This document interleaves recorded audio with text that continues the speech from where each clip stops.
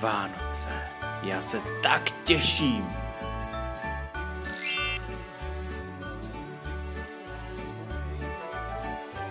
Můžete to prosím zopakovat? Říkám, že se těším na Vánoce. Já se taky těším na Vánoce. Budeme se spát cukroví, popíjet svařák. Jo, na to se taky těším. Ale musím si dávat pozor, abych nepřibrala. A budem poslouchat koledy. Ale vždyť já neslyším. Aha. Ale je pravda, že existují i koledy ve znakovém jazyce. Jakože... Víš co?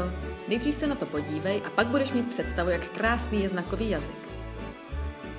To se vlastně nemůžeš dívat ani na pohádky, co? Ale prosím tě, v televizi jsou české titulky pro neslyšící a taky tlumočník v okénku.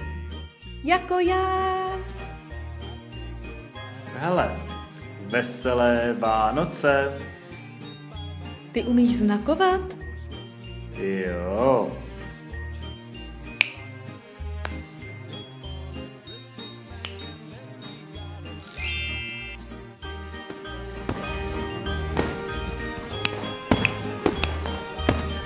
Šťastný nový rok přeje... Co je?